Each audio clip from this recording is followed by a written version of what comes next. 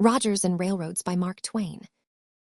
At a banquet given Mr. H. Rogers by the businessmen of Norfolk, Va., celebrating the opening of the Virginian Railway, April 3, 1909. Toastmaster. I have often thought that when the time comes, which must come to all of us, when we reach that great way and the great beyond, and the question is propounded, what have you done to gain admission into this great realm? If the answer could be sincerely made, I have made men laugh. It would be the surest passport to a welcome entrance. We have here tonight one who has made millions laugh, not the loud laughter that bespeaks the vacant mind, but the laugh of intelligent mirth that helps the human heart and the human mind. I refer, of course, to Dr. Clemens. I was going to say Mark Twain, his literary title, which is a household phrase in more homes than that of any other man, and you know him best by that dear old title. I thank you, Mr. Toastmaster, for the compliment which you have paid me, and I am sure I would rather have made people laugh than cry, yet in my time I have made some of them cry, and before I stop entirely, I hope to make some more of them cry. I like compliments. I deal in them myself. I have listened with the greatest pleasure to the compliments which the chairman has paid to Mr. Rogers and that road of his tonight, and I hope some of them are deserved. It is no small distinction to a man like that to sit here before an intelligent crowd like this, and to be classed with Napoleon and Caesar. Why didn't he say that this was the proudest day of his life? Napoleon and Caesar are dead, and they can't be here to defend themselves, but I 1,000 here. The chairman said, and very truly, that the most lasting thing in the hands of man are the roads which Caesar built, and it is true that he built a lot of them, and they are there yet. Yes, Caesar built a lot of roads in England, and you can find them. But Rogers has only built one road, and he hasn't finished that yet. I like to hear my old friend complimented, but I don't like to hear it overdone. I didn't go around today with the others to see what he is doing. I will do that in a quiet time, when there is not anything going on, and when I shall not be called upon to deliver intemperate compliments on a railroad in which I own no stock. They propose that I go along with the committee and help inspect that dump down yonder. I didn't go. I saw that dump. I saw that thing when I was coming in on the steamer, and I didn't go because I was diffident, sentimentally diffident about going and looking at that thing again. That great, long, bony thing. It looked just like Mr. Rogers's foot. The chairman says Mr. Rogers is full of practical wisdom, and he is.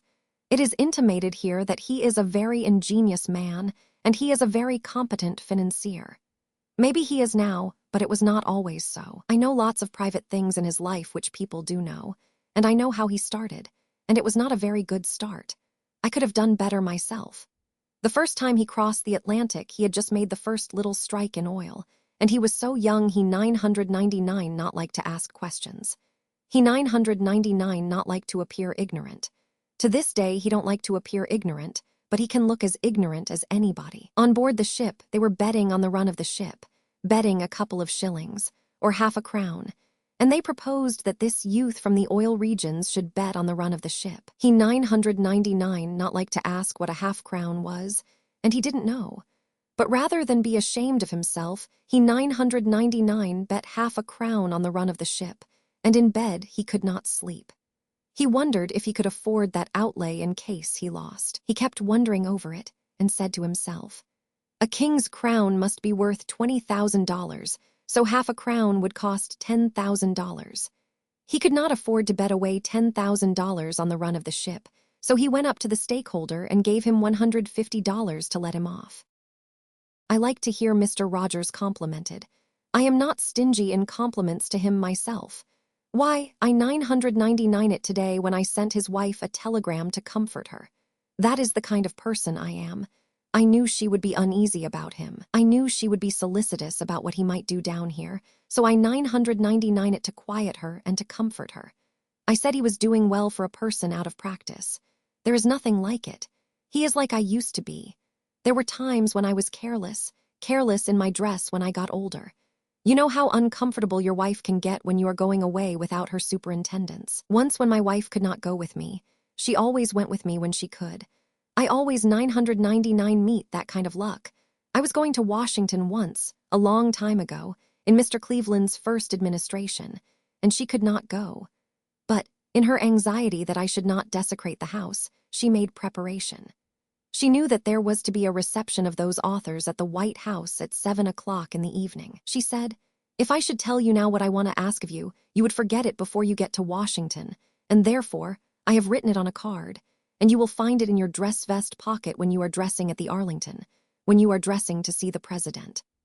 I never thought of it again until I was dressing, and I felt in that pocket and took it out, and it said, in a kind of imploring way, "Don't wear your Arctics in the White House."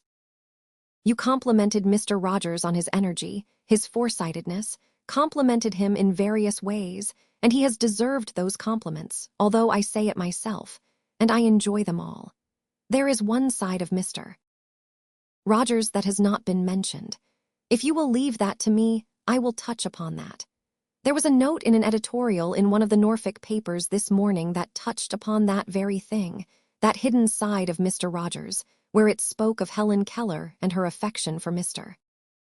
Rogers, to whom she dedicated her life book, and she has a right to feel that way, because, without the public knowing anything about it, he rescued, if I may use that term, that marvelous girl, that wonderful Southern girl, that girl who was stone deaf, blind, and dumb from scarlet fever when she was a baby 18 months old, and who now is as well and thoroughly educated as any woman on this planet at 29 years of age. She is the most marvelous person of her sex that has existed on this earth since Joan of Arc. That is not all Mr. Rogers has done, but you never see that side of his character because it is never protruding, but he lends a helping hand daily out of that generous heart of his. You never hear of it. He is supposed to be a moon which has one side dark and the other bright, but the other side, though you don't see it, is not dark. It is bright, and its rays penetrate, and others do see it who are not God. I would take this opportunity to tell something that I have never been allowed to tell by Mr. Rogers, either by my mouth or in print, and if I don't look at him, I can tell it now.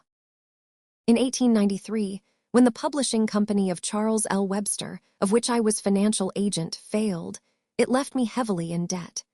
If you will remember what commerce was at that time, you will recall that you could not sell anything, and could not buy anything, and I was on my back. My books were not worth anything at all, and I could not give away my copyrights. Mr.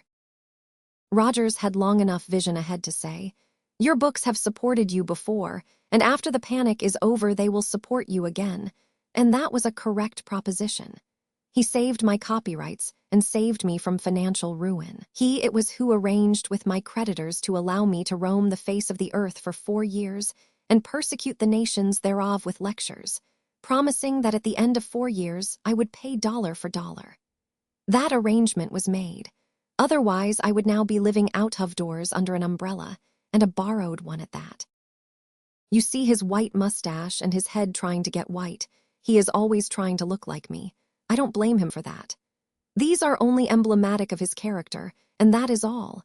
I say, without exception, hair and all, he is the whitest man I have ever known.